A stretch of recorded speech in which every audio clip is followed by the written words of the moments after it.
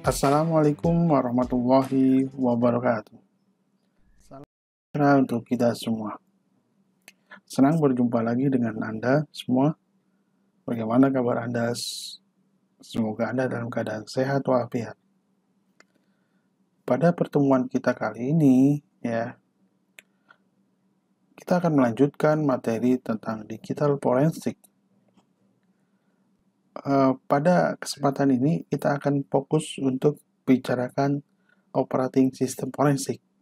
Yang sebenarnya ini adalah dalam modul CHP ini sebuah modul baru yang awalnya hanya membahas Windows forensik. Ya, walaupun bagaimana memang Windows memang masih mendominasi di operating system.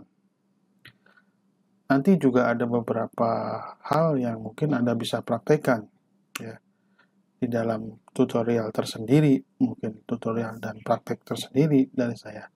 Baik, untuk mempersingkat waktu, langsung saja kita ke slide berikutnya. Baik, sebelum masuk ke lebih jauh lagi, jadi dalam hal ini kita akan membahas mungkin tidak semua operating system ya, tapi operating system yang ya banyak digunakan lah. Contohnya Windows, Mac, dan Linux ya. Ini 3 operating system ini memang banyak digunakan ya. Kemungkinan juga besar kita menemukan atau bagi para investigator yang bergerak di bidang digital forensik ya akan berhadapan atau akan mengalami mendapatkan sebuah barang bukti yang isinya di dalamnya menggunakan ketiga OS yang saya sebutkan tadi. Kemungkinannya lebih tinggi. Ya walaupun pengalaman saya ya selama ini memang kebanyakan sih di Windows ya karena selama ini beberapa kasus yang bisnis ya yang terkait dengan bisnis biasanya itu memang ujung-ujungnya ya di kantor kebanyakan memang masih pakai Windows ya. Jadi untuk mengetahui atau untuk kita bisa melakukan suatu investigasi terkait dengan operasi sistem forensik, tentunya sebenarnya kita sebelumnya harus memahami cara kerja OS tersebut ya. Jadi kalau kita nggak memahami atau cara kerjanya gitu ya, operating system misalkan Windows seperti apa sih, Linux seperti apa ya, Mac apa ya akan sulit gitu ya sebenarnya. Karena pada prinsipnya secara forensik ya hampir mirip, walaupun nanti berbeda dalam artian karena cara mekanisme kerjanya mungkin ketiga ini berbeda. Nah, itu yang harus Anda perlu siapkan ya. Jadi dari sini kita harus memang familiar dengan cara kerjanya, komen-komennya, atau metodenya ya. Bagaimana kita nanti mengekstrak volatile atau non volatile data ya. Ada tool-tool yang spesifik, terlebih misalkan Linux kan banyak tuh ya. Nah, kurang lebih sih seperti itu ya. Nah, kita sebelum masuk ke operating dalam ya, kita membahas operating system Microsoft Windows ya. Jadi nanti akan Mac dan Linux di belakang karena memang ini yang paling besar atau paling banyak digunakan. Di dalam Windows ya, kita juga mengenal volatile information ya. Dalam hal ini yang di pertemuan keempat tentang bagaimana data ya, akuisisi data ya, pernah dibahas juga sih sebenarnya ini. Jadi volatile information itu dengan mudah dimodifikasi atau hilang ya ketika sistem itu di shutdown atau di reboot atau di restart ya. Makanya ini harus hati-hati jadi dalam melakukan investigasi atau dalam melakukan eksaminasi ya. Jadi collecting volatile information have to determine a logical timeline of security incident. Kenapa? Karena di sini di RAM semua kan komputer pasti ujung-ujungnya semua proses sebelum diproses apapun itu akan ditaruh di RAM dulu ya. Ya makanya ini akan semua data ini akan ada di register cache memory ataupun RAM.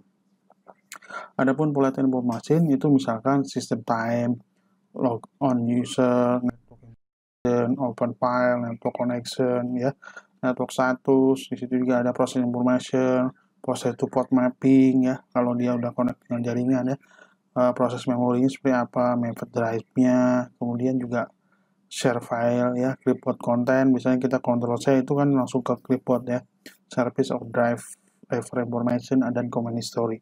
Itu semua pasti ada di RAM, walaupun nanti sebenarnya kalau dengan otomatis ada pencatatan di log file itu juga ada, tetapi belum tentu, ya, itu dengan langsung ada di log file, ya. Tapi yang jelas pasti ada di di RAM itu semua, ya. Oke, baik, coba nanti kita lihat beberapa penjelasan lainnya. Nah, ya, paling utama misalnya dari sistem time deh, ya. Ini mungkin kelihatannya sepele, ya.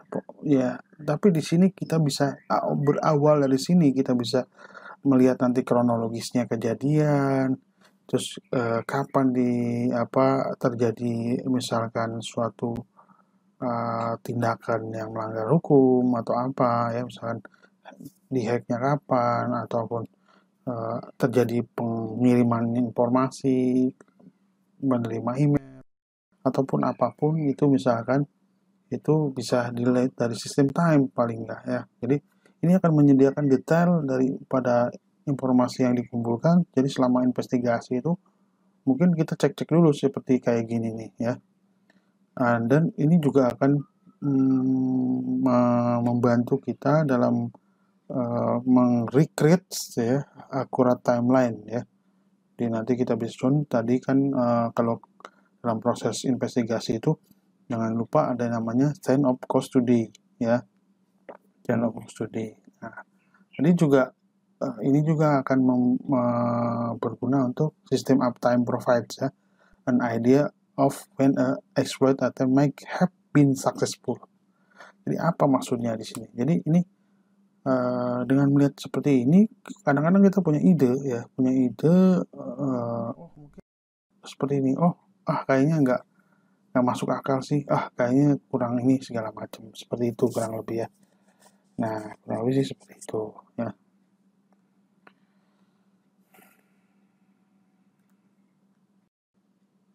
Nah, misalkan untuk logon user, ya, satu adalah pertama kumpulkan informasi mengenai user logon di sistem tersebut, ya, baik lokal atau secara remote dari jaringan, ya. Catat, ya, semua secara komplit dan detail running proses kepemilikan dari sebuah file atau akses time-nya. Kenapa? Ini kelihatan sepele, tapi kita bisa mulai mengungkap penyelidikan atau pemeriksaan berawal dari last access time, ya, kapan terakhir file ini, ya. Di tools command-nya bisa untuk organizer, misalnya ps logit on, net session, logon session. Mungkin Anda nanti bisa melihat langsung di slide-nya. Nah, saya tidak menampilkan semua slide dalam video ini, ya, terlalu banyak. Tapi nanti Anda coba pelajari, dan saya akan juga memberikan sesi tutorial dan praktek, ya, untuk beberapa fitur-fitur atau tool-tool tertentu saja, ya. Untuk yang lainnya mungkin Anda bisa gali atau praktekkan sendiri. Oke. Nah, misalkan open file, ya. Open file ini mengumpulkan informasi mengenai file-file yang dibuka, ya, oleh intruder, ya, menggunakan remote login misalkan. Nah, biasanya tool dan komanya yang digunakan adalah net file command, fsfile utility, open files command, ya. Ini salah satu utility atau tool dan komennya, ya. Nanti coba Anda lihat di slide, ya, ada beberapa macam, ya, atau beberapa langkah-langkah net file command seperti apa, ya. Itu bisa dilihat langsung di slide, ya. Nah, saya tidak akan menampilkan semua, ya. Kemudian juga bagaimana nanti misalkan di network ya, itu juga Anda bisa langsung lihat di slide-nya. Nah, yang ini terkait dengan informasi-informasi yang ada di jaringan. Bisa jadi intruder atau penyerang ya, setelah mendapatkan akses untuk meremote suatu sistem, dia coba untuk menemukan sesuatu hal lain di sistem tersebut yang memang tersedia di jaringan. Misalkan ketika sistem yang lain terkoneksi menggunakan NetBIOS ya, sistem akan melist semua visible system yang lain ya, selain dari sistem yang ada gitu ya. Nah, seperti itu. NetBIOS juga bisa memaintain list koneksi ya, ada tabel cache-nya gitu, semacam seperti itu.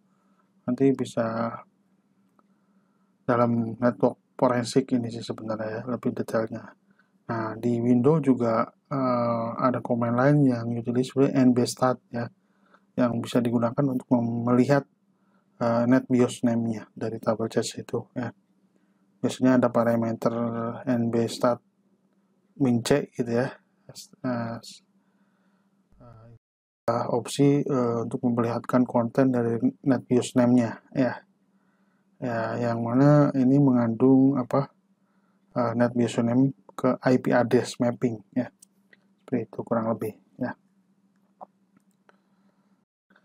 Nah, selain itu juga ada proses to port mapping. Nah, ini proses to mapping ini akan men-trace port yang digunakan oleh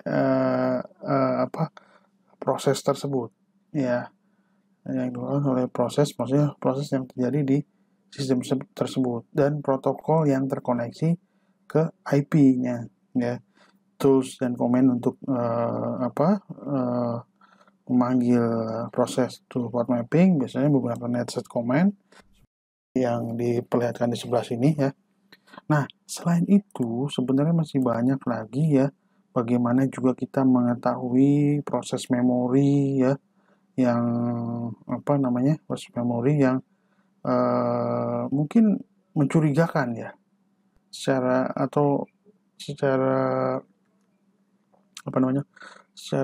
kita melihatnya bahwa ini ada sesuatu mencurigakan ya. Ini lebih sebenarnya lebih akan didalami di network forensik ya. Saya membicara sekilas, atau Anda nanti langsung melihat di slide ya, di slide-nya proses memori itu seperti apa. Kemudian selain itu juga ada yang namanya principal file ya. Principal sebuah software program untuk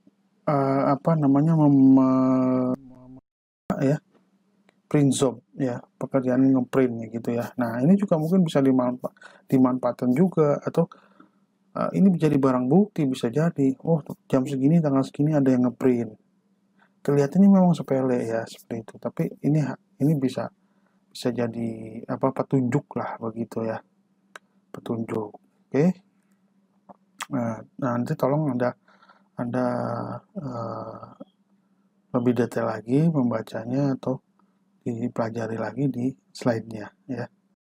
Nah, kalau tadi sebenarnya saya lebih menjelaskan kepada bagi mengkoleksi data-data di operating system yang sifatnya volatile. Nah, sekarang bagaimana kita mengumpulkan informasi-informasi yang data-data yang sifatnya non volatile. Ya, sebenarnya di perkuliahan yang keempat ya, tentang data acquisition dan collection pun ini sempat dibahas ya. Jadi intinya bahwa non volatile itu tidak akan berubah ketika sistemnya di shutdown atau dimatikan atau dihidupkan ya. Intinya seperti itu. Contohnya kayak email ya, file dokumen semua ya, atau beberapa file yang sudah di delete pun nanti akan bisa direcover. Nah, biasanya karena semua data itu biasanya akan ada tersimpan di hard disk, baik dalam bentuk WAV file, slash space, unallocated drive dan sebagainya.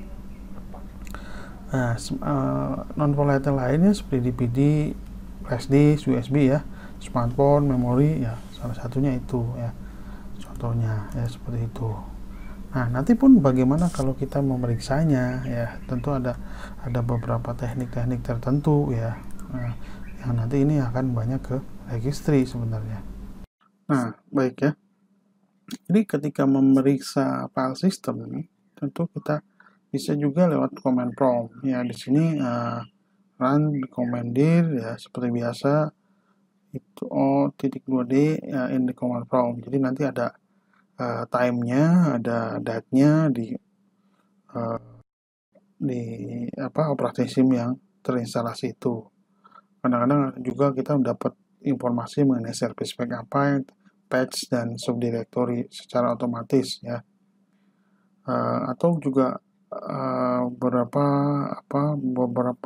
file-file yang di situ terdapat dates file ya, artinya ada hierarki waktu file itu mungkin terinstall atau termodifikasi atau dibuka ya, last access time-nya seperti itu. Nah, jadi nanti biasanya banyak kan sebenarnya di dalam window ya, di dalam window itu sebenarnya kalau kita tidak pakai tool apapun ya, nggak pakai kayak FTK Imager, ProDiscover ya, tool-tool yang forensik ya, sebenarnya ada satu fitur sendiri ya di Windows yang sebenarnya bisa buat mengorek informasi ya, seperti itu. Nah, itu apa coba? Anda bisa tebak? Oke, kita akan bahas di slide berikutnya.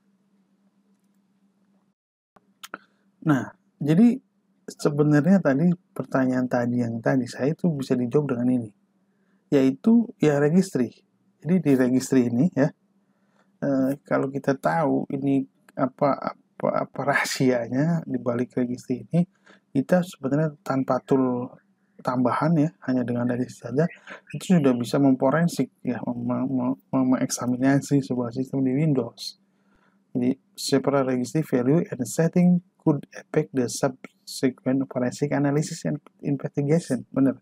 Modalnya dengan regedit aja, registry editor ya, menganalisis. Jadi misalnya clear file shutdown ya, di situ disable last access time. Coba ini bisa diakalin gitu ya, maksudnya nanti last access time-nya kita matikan. Jadi ini anti forensik juga sih sebenarnya, autorun ya. Jadi nanti coba saya beberapa hal yang kita coba akan explore di registry di slide-slide berikutnya ya. Nah, jadi seperti contohnya Microsoft Security ID aja, itu sebenarnya ada di Windows Registry Editor. Anda tinggal mengakses path HKey local machine software Microsoft Microsoft NT current version /profilize ya. Nanti di situ akan terlihat ya. Mungkin di sini diperlihatkan di sini ada current HKey local machine software-nya akan terlihat seperti di sini ya. Nah, nanti event log juga sama ya, event log kita mengatur log file, ada juga ESC database file gitu ya, seperti itu contohnya, atau koneksi device yang terkoneksi dengan misalkan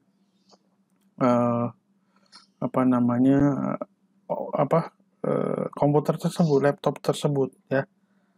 Nah, seperti itu. Nanti mungkin akan saya terangkan di slide berikutnya ya.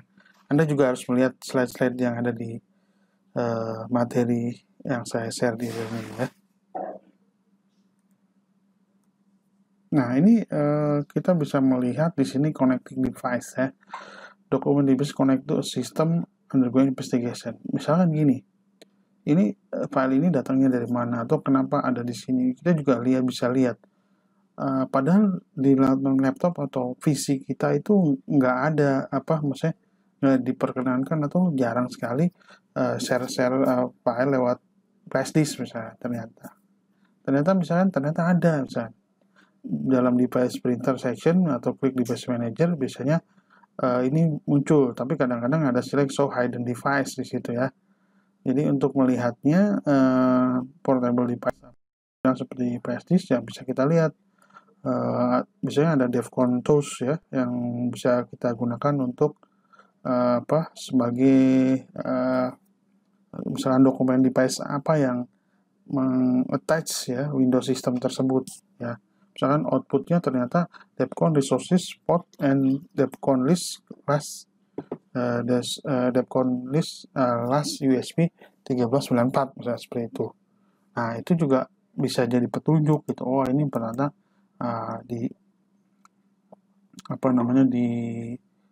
pernah dikoneksikan dengan USB ya. Nah, atau slack space ya. Jadi merepair yang di pertemuan sebelumnya ada slack space, kalau di akuisisi juga sama seperti itu. Kita bisa lihat ya. Nah, dalam virtual atau logical memory juga sama ya. Ini bisa kita implementasikan ya. Misalkan di sini sebenarnya kan virtual memory itu bagaimana membolehkan programmer untuk menggunakan suatu memori yang sangat besar range-nya ya, hard disk memorinya untuk menyimpan data ya. Nah, virtual memory juga dapat di-scan untuk mengetahui ya hidden running process ya, yang tersembunyi running process yang tersembunyi. Biasanya menggunakan tool XY Forensics ya untuk men-scan virtual memory seperti ini, baru akan ketahuan ya seperti itu. Selain itu juga mungkin ada Hibernate file ya, kemudian page file ya untuk swapping di virtual memory kan ada paging filenya kalau Anda belajar operating system di kuliah sebelumnya pasti mengenal ini, ada page file dari pergantian memori segala macam ya. Paging di virtual memory pasti ada ya. Nah, ini kapan inaktif dan tidak, coba dilihat deh slide-nya ya nanti. Kemudian juga ada Windows Index ya, di situ ada Windows Index-nya ya. Ini biasanya Windows Index itu untuk memaintain record ya, dokumen apapun atau aplikasi apapun yang di PC, termasuk konten-kontennya di situ ada beberapa file-file apa aja ya. Jadi di sini kita gunakan password search, index examiner ya untuk melihat hal-hal semacam ini ya. Kurang lebih sih seperti itu ya. Nah, selain itu juga bagaimana kita juga bisa mengumpulkan informasi dari partisi yang tersembunyi ya. Hidden partition atau partisi yang tersembunyi adalah merupakan logical section dari sebuah hard disk ya. Ini logical bukan physical-nya. Jadi makanya kalau hard disknya satu bisa ada C, D, E, F, itu bukan berarti physicalnya ada 4 C, D, E, F gitu ya. C, D, E, F 4 gitu ya. Tetapi sebenarnya ini hanya logical aja karena cuma tetap satu. Nah, jadi di dalam hidden partition kadang-kadang bisa ada berisi file, folder ya, confidential data. Nah, ini mungkin bisa berguna untuk penyidikan ya.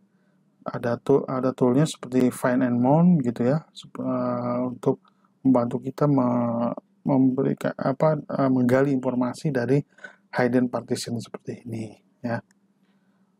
Jadi partition logic juga bisa ya, untuk partition logic bisa meng-create, mendelete, resize. Nah, kalau yang untuk find and mount itu lebih pada bagaimana menggali informasi dari hidden partition ya. Di situ juga ada hidden ADS, alternate data stream ya, NTFS, biasanya untuk di NTFS seperti itu ya. Kemudian bisa melakukan investigasinya. Kalau yang ADS itu alternate data stream, biasanya di NTFS itu kita gunakan stream armor. Mungkin seperti apa Anda bisa nanti lebih detail lagi di slide PPT-nya ya. Nah, selain itu ada beberapa hal sebenarnya yang dalam non-volatile ini information ya. Mungkin akan di slide berikutnya coba saya bahas ya. Nah, selain daripada yang tadi cuma bahas non-volatile itu di mana adanya gitu data-datanya, Ada mungkin ini tambahan selain yang tadi saya sebutkan, ada beberapa hal yang sifatnya non volatile information. Contohnya ada di web browser chats ya. Ini biasanya jadi dalam web browser chats itu karena mengizinkan user untuk melihat chats daripada konten-konten web page-nya yang pernah diakses ya. Atau biasanya sebenarnya ini kan prinsipnya web browser chat adalah ketika kita mengakses pertama kali akan disimpan di web browser chat, sehingga supaya nanti ke depannya gitu kalau kita nge-browsing atau memanggil alamat web tersebut lebih cepat gitu kan, karena sudah ada chatnya gitu ya. Contohnya misalnya Gmail, Google, untuk pertama kali mungkin lagi baru diinstal, browsernya belum ada, tapi ketika sudah beberapa sekali ini dia akan menyimpan ke browser chats. Sebenarnya ini berguna untuk mempercepat akses loading. Nah, tapi dari situ kan sebenarnya ada ini ya, ada satu keuntungan, mungkin ada kerugiannya. Tapi dari situlah ada titik untuk bagaimana kita bisa menyelidiki informasi apa yang ada terkandung di situ, ada kaitannya apa, ada ini bisanya. Misalkan di situ kan kita ketahui, jadi si orang tersebut, si pengguna laptop atau komputer tersebut sering membuka web apa saja gitu kan, dari situ ketahuan dari web browser chats-nya ya. Kemudian juga ada cookies ini bukan kue ya, itu bukan dalam artian kue, tetapi adalah small paket yang untuk pakai data kecil ya, untuk men-tracking, memvalidasi, specific user information. Ya kadang-kadang memang ada jeleknya juga sih. Kadang-kadang cookies itu bisa mengeksploitasi atau melihat behavior kita ya. Jadi seperti itu. Biasanya juga untuk melihat itu kadang-kadang si user juga mendelete ya datanya, jadi cookiesnya atau temporary file ya. Biasanya ini temporary file with TMP gitu ya. File ini akan terjadi atau akan tercreate ya oleh sebuah program yang ketika space untuk menyimpannya itu belum terdefinisikan atau mungkin penuh. Biasanya ada di temporary file dulu, kemudian baru dijalankan, atau ketika install yang sebenarnya akhirnya nggak bisa. Nah, itu salah satu temporary file, misalkan salah satu contohnya saja ya. Baik, itu kira-kira untuk yang non volatile information ya. Nah, selain itu juga bisa kita dalam terkait dengan window forensik ya, ini fokus di window forensik, yaitu window memory analysis. Jadi artinya memori yang RAM kayak tadi ya, kayak apa yang ada di memori ya, di memori seperti di RAM. Nanti banyak kan ke arahnya ke RAM sih ya, mungkin akan lebih detailkan di slide berikutnya ini ya. Nah, di sini kita akan bahas juga kaitannya dengan tadi memory analysis ya, yaitu virtual hard disk. Ini jadi ada virtual hard disk ya, jadi bukan hard disk fisik tapi virtual hard disk. Virtual hard disk is the file format that store data in single file. Jadi dia ada sebuah file ya, format file yang menyimpan data dalam satu single file dan bisa digunakan sebagai hard disk untuk virtual mesin ya. Biasanya pakai .psd ya, di situ ada extensionnya. Nah, data pada mounted virtual hard disk PHD gitu ya, sangat sulit untuk track ketika unmounted ya. Nah, ini kadang-kadang data dapat di track hanya by proses-proses tertentu atau menggunakan spesifik tool tertentu ya. Nah, di sini biasanya juga unmounted disknya ya hanya dapat dibuka dengan mounting dan encrypting ketika kita gunakan misalkan volume encryption tools seperti contohnya BitLocker lah ya, yang di Windows kan adanya itu menggunakan seperti itu. Nah, ini kan bisa searching BSD nya extensionnya seperti apa. Selain itu sebenarnya memory dump ya, memory dump mungkin Anda bisa lihat detailnya memory dump itu di slide-nya di PowerPoint yang saya share juga ya.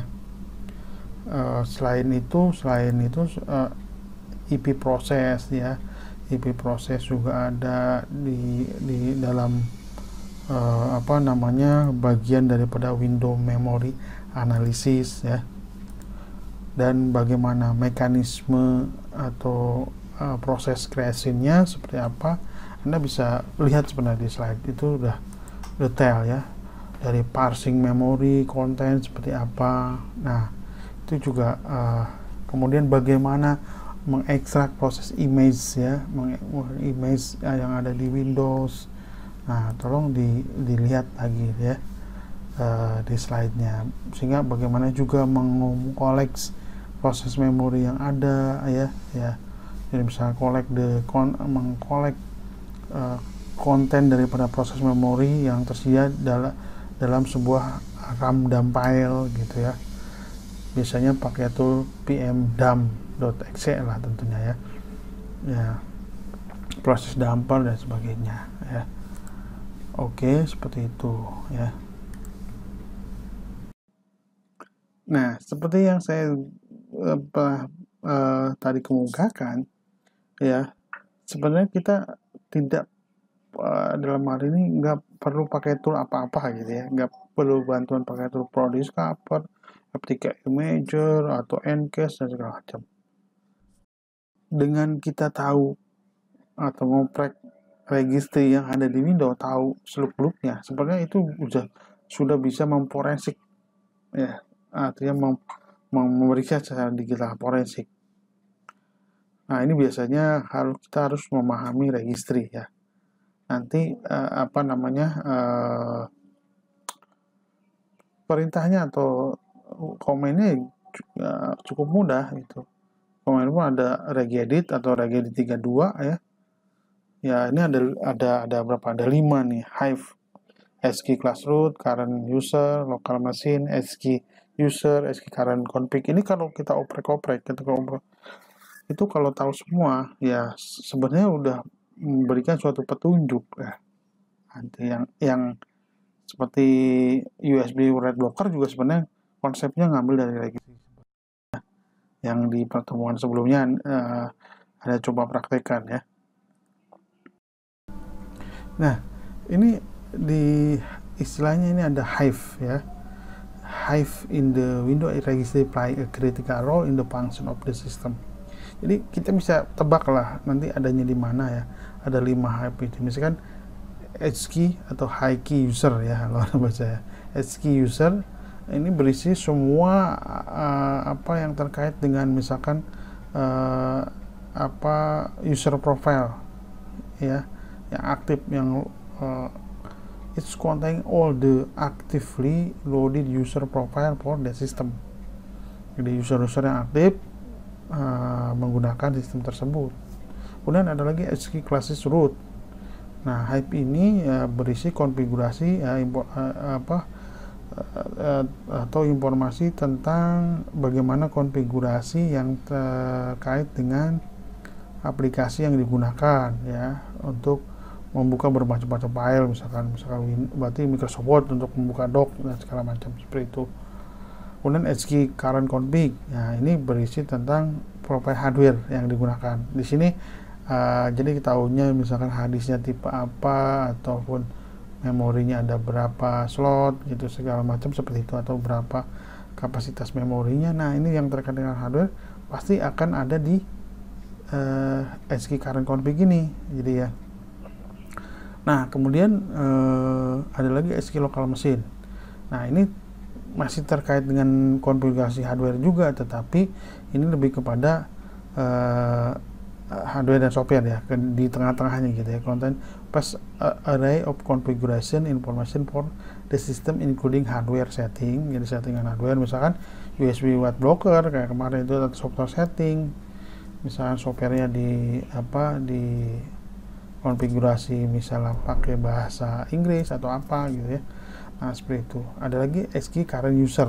Nah, jadi ini adalah it's the active loaded user file for currently log on user. Nah, bedanya dengan XKey user adalah ini yang saat ini ya, yang saat ini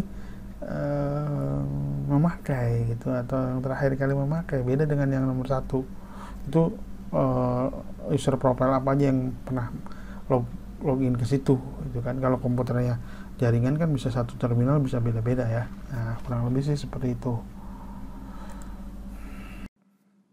Nah, pada dasarnya struktur daripada registry ini ada ya merupakan sebuah high file ya.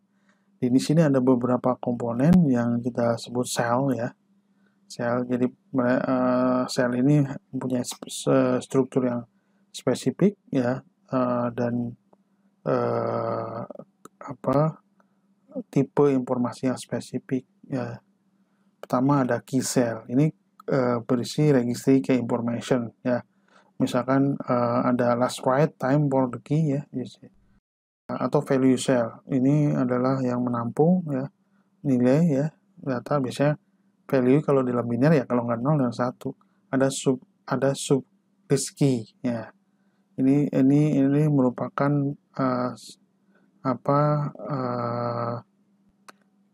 dibuat dari untuk mengindeks ya, sekumpulan dan serangkai indeks point daripada key cell ya, yang tadi saya jelaskan.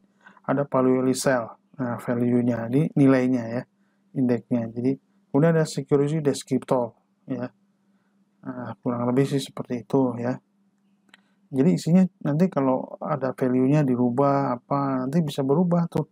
Misalkan sebenarnya gini, USB write protector itu dia hanya merubah 0 dan 1 di mode di nilai value cell-nya, sehingga dia bisa bisa mati gitu. Sebenarnya itu yang yang pertemuan sebelumnya itu ya. Ada saya contohkan, dipraktekkan. Ada mungkin yang mau akuisisi data itu di pertemuan keempat. Nah, itu sebenarnya isinya sebenarnya ngerubah ini aja ya. Jadi kalau Anda tahu lebih dalam, maka sebenarnya banyak data-data yang berguna untuk mengeksaminasi atau pemeriksaan dalam proses digital forensik. Nah, misalnya untuk menganalisa registry ya. Jadi ada yang dua sebenarnya, ada yang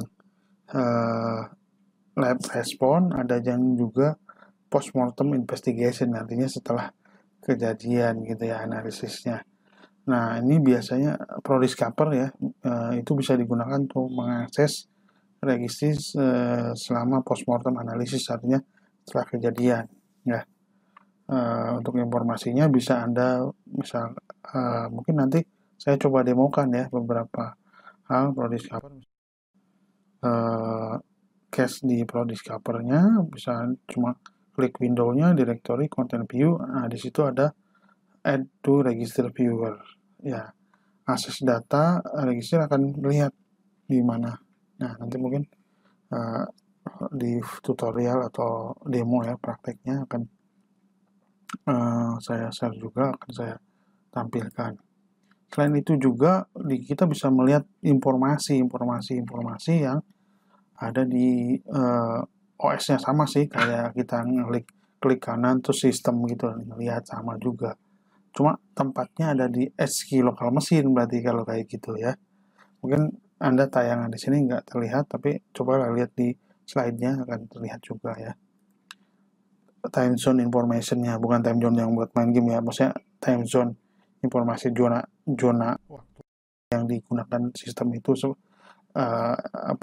GMT plus 7 ya, yang kalau di Indonesia Jakarta waktu Indonesia Barat tuh GMT plus 7 kan, seperti itu. Misalnya share filenya ada di mana misalkan ya.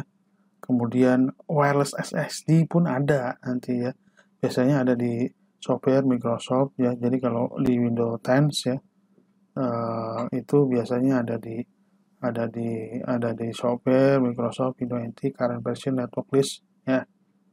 Nah, seperti itu. Jadi biasanya SSD name-nya langsung the-word-nya itu ya. Nanti kurang lebih seperti itu. Atau startup location, di mana misalkan membolehkan ya aplikasi-aplikasi yang uh, di diluncurkan, di launching ya, tanpa ada interaksi dari si user yang otomatis. Kalau kita boot Windows gitu kan, muncul ada startup file ya, biasanya Semada atau apalah gitu ya, atau checking Adobe gitu biasanya ya. Atau di situ juga ada volume shadow copy services ya. Termasuk juga sistem bootnya seperti apa ya. Nah, biasanya ini kita tahu sistem boot karena mungkin kena malware ya. Misalnya malware juga dapat melaunch atau start location. Jadi tadi saya bilang startup location ya, itu bisa juga malware yang melaunchnya. Jadi kena malware, maka auto start location-nya pun mungkin berubah. Nanti dilihat sebenarnya ya. Ini sebenarnya ini lebih ke nantinya intrusion analysis ya. Intrusion analysis di network sih sebenarnya kayak gini ya. Ya, misalkan di situ biasanya muncul di HKey local mesin. Di situ nanti current control setnya berubah nggak, seperti apa gitu ya. Nah, juga selain itu mungkin nanti ada lihat juga user login. User login kita bisa lihat di HKey local mesin, software, Microsoft, kemudian Windows, ya, current version, run once, ya, biasanya seperti itu. Jadi di HKey current user biasanya di situ, ya. Nah, kemudian dari situ juga bisa kita lihat user aktivitas dia. Terakhir itu si user itu misalnya di komputer itu ngelakuin apa aja sih? Misalkan dia membuka Word atau apa, nah itu akan ada di HKey local machine, software, basis exe file. Karena kan dia pasti akan membuka suatu file executable ya. Microsoft Word, Excel atau apa aja lah yang executable file. Ya, biasanya kan kayak gitu. Nah, itu sebenarnya akan di HKey local machine, software, Microsoft, Windows NT, current version, WinLogon, Notify. Nah, di situ. Nah, dia berdasarkan last write juga di situ. Jadi sebenarnya dengan mengetahui registry ya sebenarnya sudah lumayan lah untuk bisa kita awal mula untuk mengeksaminasi atau memeriksa secara nanti digital forensik. Nah, tentu selain itu juga ada enumerating auto start registry location ya. Mungkin di sini saya tidak tampilkan ya. Coba nanti Anda buka-buka slide-nya. Mungkin di situ nanti ada juga ya secara detail ya. Mungkin mohon maaf saya tidak menampilkan semua ya di sini karena mungkin nanti juga terlalu banyak. Anda mungkin lebih enak, lebih detail melihat slide-nya langsung. Oke, coba nanti sepertinya misalkan kita ingin mengetahui ya device apa yang terkoneksi, nanti juga bisa melalui registry ya. Nah, misalkan paling simple ini aja, USB Removable Storage Device. Jadi kita bisa mengetahui footprint or artifact yang tertinggal di registry. Jadi biasanya kan device itu plug and play ya. Jadi dalam hal ini kita pengen mengetahui di laptop ini atau di PC ini ada nggak sih misalkan USB yang pernah terkoneksi ya. Maksudnya USB-nya sekarang udah nggak koneksi tapi pernah dicolokin gitu, terkoneksikan. Nah, ini bisa kita bongkar atau kita bisa ketahui lewat USB Removable Storage. Jadi kalaupun ada orang yang mengambil ya data gitu ya, tapi dia nggak ngaku misalkan, enggak deh saya nggak pernah ngambil file lewat dicolokin flash di laptop ini gitu ya. ya kita bisa melihat gitu merek prestisnya apa nanti setelah dapat misalkan prosesnya seperti apa, mereknya apa, akan ada ya. Jadi di situ. Nanti kan Pak, mungkin pertanyaannya adalah kalau merek kan banyak tuh ya, maksudnya banyak yang sama. Nanti gimana mengindeksi? Nah, nanti kita coba saya jelaskan di slide berikutnya ya. Nah, seperti yang saya tadi kita lanjutkan ya. Jadi untuk mencarinya ya kita harus tentu buka regedit ya. Untuk hype yang SQ local machine. Terus kemudian kita pilih sistem, kita pilih counter current set, terus kita pilih enum, kita pilih USB store key. Nah, di situ ada sub key-nya. Biasanya diklik nanti di situ ada misalkan dispen, prod, ada ref segala macam seperti itu ya. Nah, di situ ada biasanya akan memunculkan merek dari PSIS yang pernah terkoneksi. Nah, masalahnya kan mungkin ya Pak, kan banyak misalnya merek SanDisk gitu ya atau apalah Kingston gitu ya. Ternyata dicek di laptop Anda atau PC Anda yang SanDisk sama Kingston banyak, sementara dia juga sama SanDisk gitu. Mungkin sulit melihatnya kan, misalkan yang SanDisk kan banyak, nggak dia aja ya yang mungkin yang kita curigai gitu ya. Tapi nanti kita bisa melihat detail lagi dari e-manufacture dan e-productnya. Mungkin e-manufacture-nya ada nanti sama misalnya sama SanDisk, tapi e-productnya serinya beda. Nanti kalau kita cek misalkan di situ ada e-productnya angka-angka tertentu ya, terus e-productnya dia juga sama seperti itu, berarti flash itu pernah terkoneksi dengan ini. Berarti itu sebuah pembuktian bahwa flash disk Anda pernah terkoneksi dengan laptop ini atau PC ini gitu. Jadi tidak bisa mengelak lagi.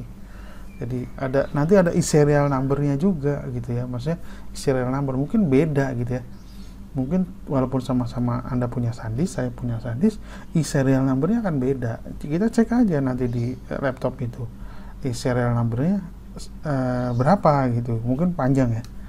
Serial number-nya berapa. Nah, nanti akan kalau sama berarti flash disk dia sudah terkoneksi atau pernah dicolokin ke laptop saya atau laptop Anda gitu ya. Jadi ini salah satu contoh aja untuk pembuktian. Pak, maksudnya kok cuma gitu? Itu nanti jadi clue atau jadi suatu titik poin dalam pembuktian. Jadi memang awalnya simpel, apa namanya cuma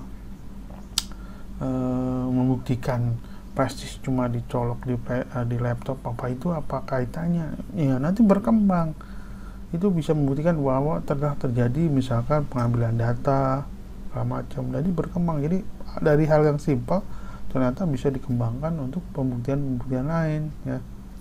Jadi simpel awalnya gitu ya. Nah, jadi di situ juga kita bisa lihat lagi ya. Nanti mungkin akan saya demokan lah cara-caranya biar lebih mungkin beberapa hal saja, nanti nggak semua didemokan.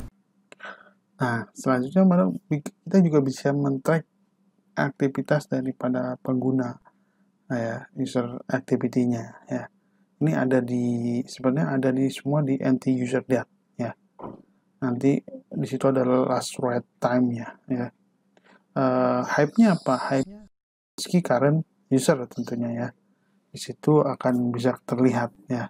Selain itu juga mungkin Anda bisa melihat user access key-nya ya.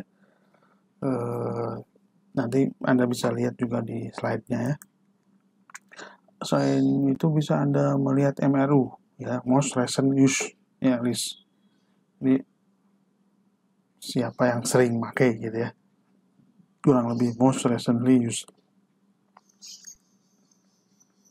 Atau sistem ini terkoneksi dengan apa? Maksudnya terkoneksi dengan sistem yang lainnya mana? Sistem apa aja gitu. Ini akan ada di SQ current user. software di Microsoft Windows current version Explorer Network. Jadi Anda mungkin kalau belum di sini coba di slide itu pasti ada tulisan-tulisan untuk mendetailkannya, untuk mengeksplor ya, kalau Anda mau ngoprek gitu ya, seperti itu.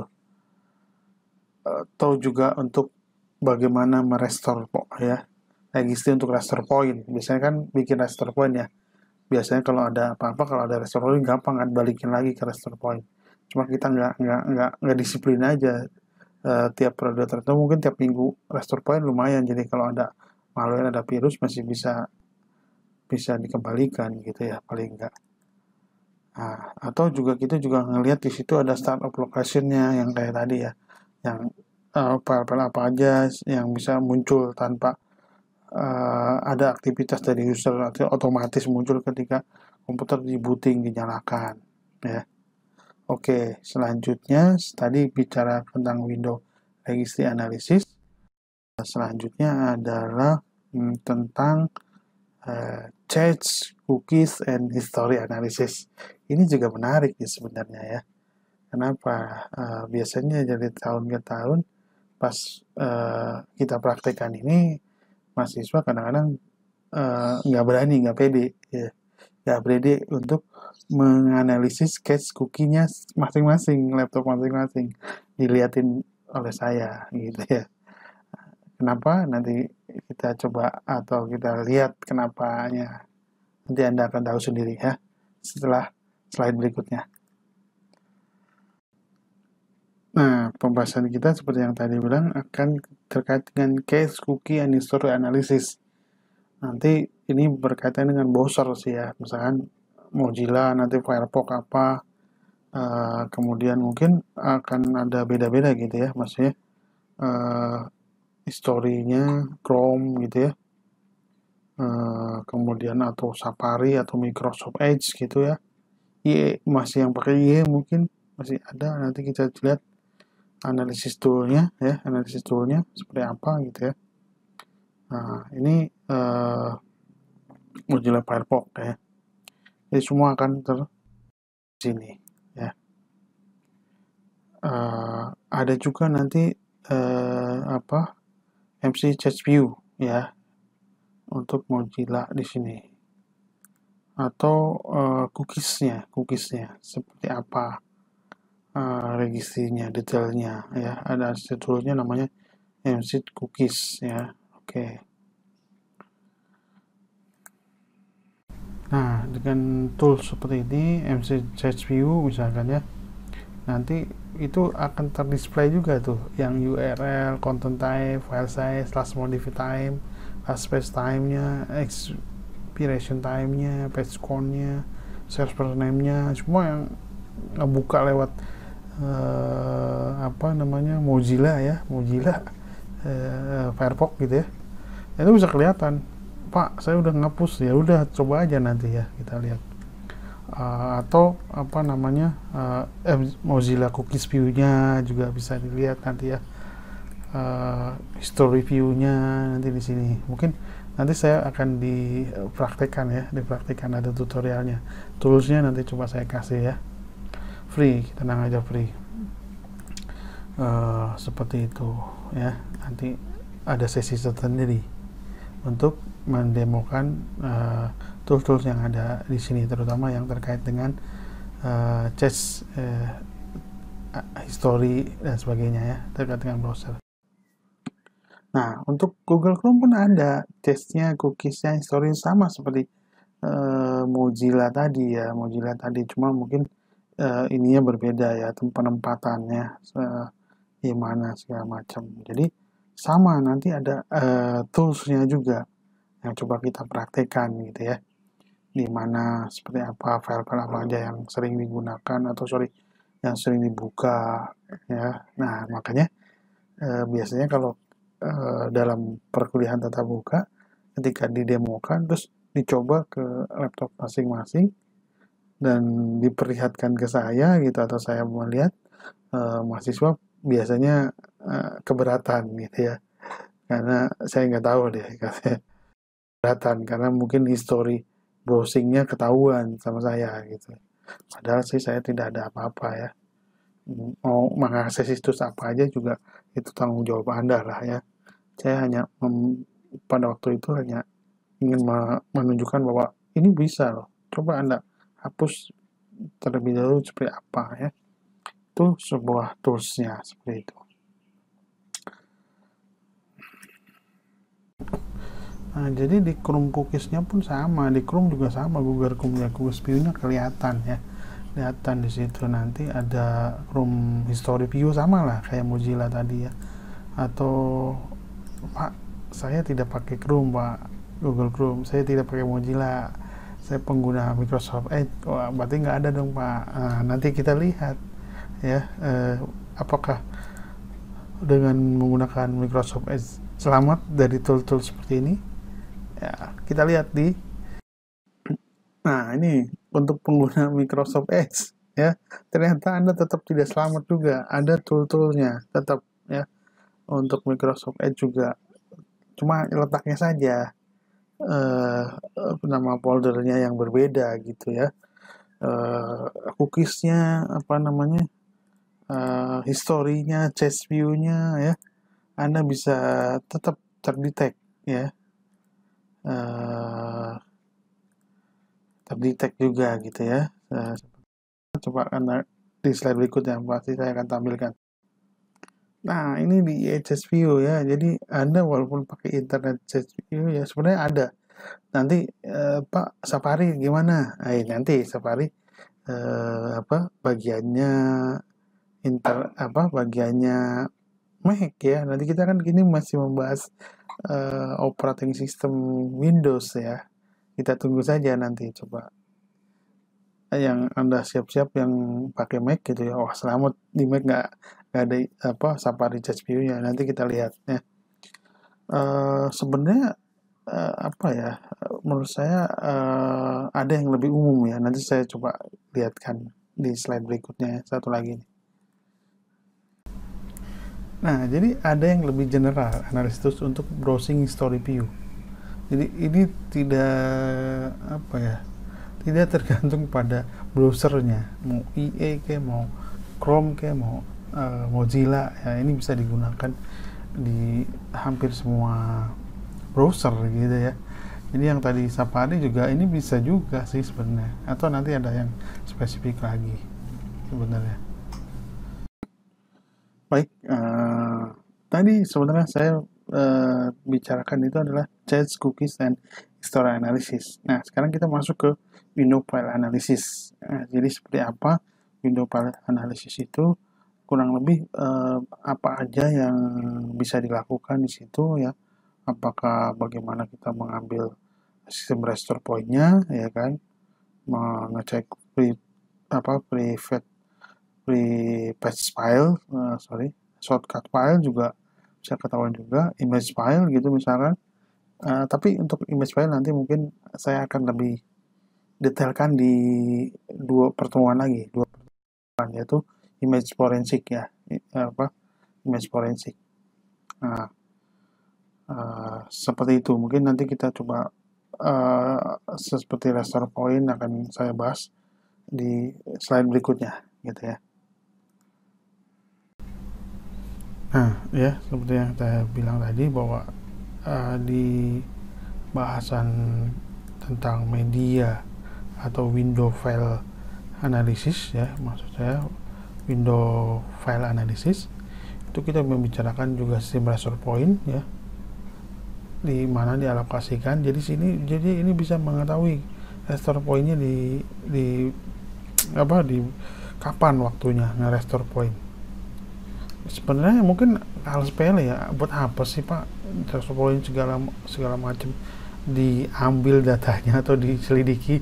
Nah, kalau dalam dunia forensik hal ini juga bisa punya suatu keterkaitan gitu, sebuah petunjuk. Makanya sekecil apapun di dunia forensik itu bisa dikembangkan menjadi suatu petunjuk yang bisa membuktikan seorang itu bersalah atau enggak, atau terjadi suatu perbuatan yang melanggar hukum apa enggak gitu. Jadi selain itu mungkin misalkan private file ya, bisa diambil. Mungkin di sini tidak ditayangkan, tapi Anda coba lihat di slide-nya ya. Ada di situ shortcut file juga sama ya, situ bisa kelihatan. Image file ya, image file. Nah, image file tentu akan saya detailkan sendiri di pertemuan khusus ya. Ya, mungkin 2 minggu ke depan, 2 pertemuan ke depan akan membahas mengenai image file. Jadi dunia foto-foto forensik kayak gitulah ya. Mungkin Anda akan lebih tertarik lagi ya. Kita coba akan detailkan di pertemuan selanjutnya. Nah, oke, selanjutnya apa? Selanjutnya kita akan coba bahas selain tadi apa window file analysis, yaitu berikutnya adalah lanjutannya yaitu metadata ya. Nah, jadi seperti yang saya bilang, selanjutnya ada metadata. Apa sih pengertian metadata? Metadata adalah data mengenai data. Wah, bingung lagi kan di sini penjelasan saya ya. Metadata, data about data, data tentang data.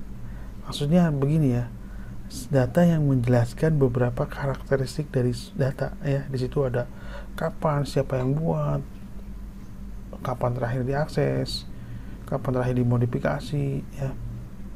Nah, itu untuk hal-hal seperti ini sama, tapi bisa jadi ada beberapa hal karakteristik atau atribut yang berbeda untuk tiap tipe data atau tipe dokumen. Contohnya file MP3, metadatanya mungkin tidak akan sama persis semuanya dengan file Word, file doc ya di Word, karena mungkin metadata di file MP3 di situ ada nama penyanyinya, mungkin ada playlist apa, genrenya atau nama lagunya atau apalah labelnya ya. Nah, ini penting sekali di sini biasanya metadata itu ya, karena di situ ada hidden information ya di dalam dokumen yang kita kadang-kadang kita. Nah, kadang-kadang juga saya juga mempergunakan ini sebenarnya sebagai saya dosen gitu ya, mempergunakan teknik ini ya untuk mengetahui saya kasih bocoran aja nih ya, mungkin Anda baru tahu ya. Ketika saya mempunyai waktu yang senggang, jika keingintahuan saya juga besar gitu, biasanya tugas-tugas mahasiswa akan saya cek metadatanya, bukan dicek isinya tugasnya apa dulu, tapi dicek metadatanya. Karena begini, mungkin Anda boleh di save dengan nama file yang berbeda gitu ya, tugas Budi, tugas Arman, padahal yang ngerjain si Budi juga, tugasnya Dian, tugasnya apa namanya Meta gitu ya, tugasnya apa Rizkita dan segala macam gitu ya. Mungkin beda ya, yang dikirim ke saya ke email atau ke e-learning udah dengan nama file yang berbeda-beda, tetapi mungkin mahasiswa ya namanya yang nyontek gitu ya, pas saya bilang setiap kejahatan tuh ada meninggalkan jejak gitu. Nah, ketika saya cek ternyata metadatanya terakhir last time-nya atau pertama kali last modified-nya dan create time-nya tuh sama. Kan tidak mungkin ya. Kalaupun sama, misalnya gini, saya berbaik sangka mungkin ngerjainnya bareng. Ketika membuat file new gitu ya di Word sama 1, 2, 3 dalam detik yang sama. Oke. Mungkin bisa terjadi seperti itu. Tapi jarang-jarang kan, memang mau lomba apa balap karung 1, 2, 3 ayo kita file new gitu, klik sama, kerjain bareng-bareng, di save-nya juga udah save semua, kita save semua ya, 10 orang gitu kan. Itu jadi metadatanya ketika create dan last access-nya sama kan. Masalahnya ini adalah yang si usernya nama filenya sama gitu, walaupun Anda pakai nama tugas Budi, tugas Arman, tapi komputer awalnya itu sama ya, artinya Anda mengcopy satu sama lain. Aduh Pak, itu kerjanya di kos bareng, pakai laptopnya si A gitu. Oke lah kalau di laptopnya si A ya, mungkin habis ngerjain save nama filenya siapa, kemudian ganti orang lagi ngerjain save, tapi dengan time yang berbeda harusnya, logikanya gitu kan. Di metadatanya time-nya berbeda file antara si Budi dan si Arman gitu.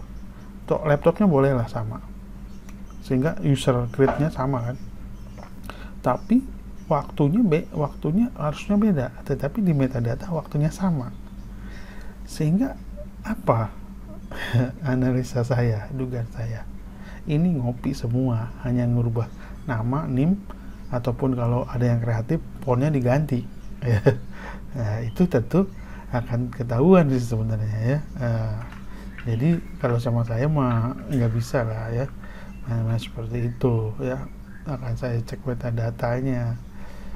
Oke ya, jadi itu kurang lebih yang terkait dengan metadata ya.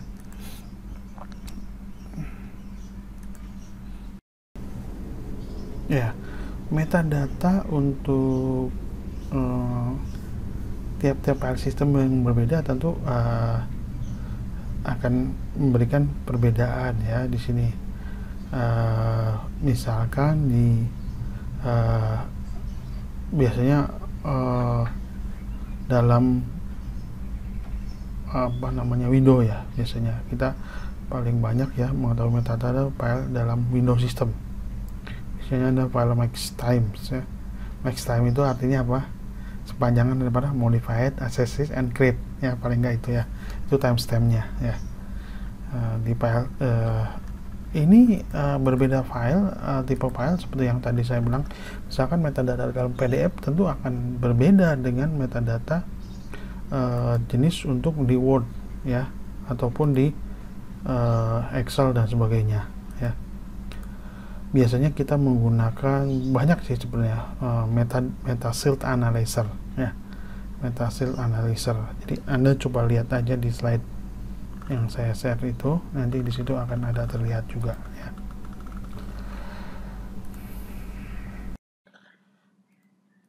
Nah, baik ya, kalau tadi mengenai metadata investigation, sekarang masuk ke event log analysis ya. Event log analysis salah satunya understanding event. Jadi di sini adalah event log ya, untuk merekod segala macam istilahnya hari per hari ya, event apa yang terjadi di dalam Windows tersebut ya. Itu kan ada log filenya. Jadi ada log file event itu, login event yang misalkan type-nya 2 itu interaktif, ada yang network, ada yang batch file, ada services, ada unlock ya. Mungkin di sini tidak terlihat ya, tapi coba Anda lihat di slide seperti yang tadi saya infokan ya. Ada event log format. Nah, nanti di situ Anda bisa coba pelajari. Kemudian juga organization event record-nya seperti apa ya. Nanti bagaimana struktur log file header-nya ya. Event log record structure-nya ya. Ataupun sekarang mungkin bisa penggunaan Windows 10 ya, Windows 10 event log-nya seperti apa. Nanti walaupun tidak tampil di tampilan sebelah saya ini di sini, tapi Anda bisa lihat di slide yang saya bagikan, saya share ya. Juga ada bagaimana evaluasi akun manajemen event ya, juga memeriksa sistem log and trace-nya atau aplikasi log and trace-nya ya, atau bisa melihat dengan event viewer. Jadi bawaannya dari Windows biasanya ada ya, event viewer. Atau kita menggunakan event log explorer ya, untuk memeriksa log file ya, log file. Nah, seperti itu kurang lebih ya. Jadi contohnya untuk apa namanya, biasanya ya, yang semua lengkap gitu ya. Ada beberapa hal yang coba kita uji atau kita periksa log-log file apa aja yang ada di Windows gitu. Nah, tadi mungkin saya menjelaskan banyak hal ya, dari event, metadata. Kita juga bisa menggunakan bantuan window parsing tool ya. Artinya berbagai macam jenis-jenis yang paket gitu, yang paket OS forensik ya. Ini bisa mengidentifikasi bisa beberapa file atau aktivitas ya. Hash matching ada sesuatu yang janggal gitu ya, signature comparison, email, memory, binary data dan segala macam ya, seperti itu kurang lebih. Nanti ini bisa juga Anda bisa ambil sebenarnya, download dengan trialnya, pasti di situ 30 hari ada situsnya ya, www.osforensik.com. Nah, oke. Tadi saya coba bahas begitu banyak ya di window forensik sebenarnya. Nah, sekarang kita gilirannya membahas Linux, walaupun mungkin tidak akan sedetail atau sebanyak Windows tadi, karena memang di Windows itu hampir semua orang menggunakan itu ya, seperti itu. Nanti coba kita detailkan di slide berikutnya ya. Nah, baik, tadi mungkin saya banyak menjelaskan tentang berbagai hal di Windows ya. Sebenarnya di Linux juga sama ya. So di Linux itu kan banyak kan kalau operasionalnya shell command ya, ketik itu di shell ya. Ini bisa kita manfaatkan juga. Nah, sehingga seorang digital forensic investigator juga harus memahami atau mengetahui cara kerja OS Linux ini. Nah, jadi misalkan di sini ada di Messenger ya, memunculkan kernel link buffernya atau PSCK ya, stand for file system konsistensinya, history dan segala macam ya di situ. Selanjutnya beberapa hal, misalkan sebenarnya di Linux itu ya sama kayak tadi register editor. Kalau kita tahu juga bisa mengetahui data atau informasi-informasi yang tersembunyinya. Nah, jadi seperti mounting ya, perkara mounting, kemudian use to report status, sekarang proses ya, pakai PS atau PS3 ya, untuk atau Grab ya, biasanya Grab itu search for preference and text or expression for pattern filenya ya, top dan segala macam ya. Di situ juga nanti ada Linux log filenya ya. Mungkin di sini tidak terlihat, tapi Anda coba lihat di slide-nya ya. Collecting volatile datanya seperti apa, dia juga sama pakai netstart juga ya, perintahnya sama dengan di Windows ya. Atau Rust app itu untuk komen untuk melihat pool login ya. Atau nanti di situ collecting volatile data ya, kalau tadi misalkan ifconfig, hostname ya. Jadi banyak sekali, atau swap space ya. Jadi biasanya untuk virtual memory extension di komputer atau RAM ya, seperti apa. Kurang lebih seperti itu. Nah, sekarang adalah setelah bahas di Linux tadi, mungkin nggak terlalu banyak sih. Kemudian kita bahas bagaimana di Mac forensiknya, di operating system Mac ya. Apa? Tentu ada perbedaan ya. Kenapa? Di sistemnya, file sistemnya itu berbeda sekali ya. Seperti apa? Misalkan di situ harus ada hal-hal yang lain, misalkan yang berbeda. Kita harus, makanya di dalam diri forensik berarti kita harus memahami paling nggak cara kerjanya atau sistemnya dari Mac itu seperti apa. Ya. Nah, untuk berikutnya mungkin di file atau di slide. Nah, dalam Mac forensik ya, di sini ada beberapa hal, misalnya increasing adoption Apple Macintosh system has made dan redefine target ya. Kemudian ada sophisticated malware ya, yang ya untuk kadang-kadang memang kita dengar jarang sekali Mac terkena virus atau apa ya, bukan itu ya, karena penggunanya sedikit dan mungkin berbeda ya. Ini kan Mac juga berbanding Unix based OS ya. Nah, jadi kita harus merujuk ke unique base juga ya. Kemudian operasi sistem biasanya ini tergantung adalah on Mac and Berkeley software distribution layer ya. Kemudian juga kelima, si Impagato harus benar-benar seharusnya memposisikan pengetahuan yang cukup ya untuk beberapa file yang berbeda atau library direktori di Mac ya, untuk lebih mengatur. Jadi intinya kalau sebagai seorang digital forensik investigator itu ya harus memahami berbagai macam aplikasi, operating system ya, hardware, komputer arsitektur. Itu nanti bisa. Nah, tapi kalau itunya kurang ya, pengetahuan tentang tadi, ya mungkin bisa sih, tetapi tidak bisa berkreativitas atau memecahkan clue-clue daripada informasi apa yang akan menjadi nanti bukti penting dalam pengadilan atau dalam proses pemeriksaan atau penyidikan.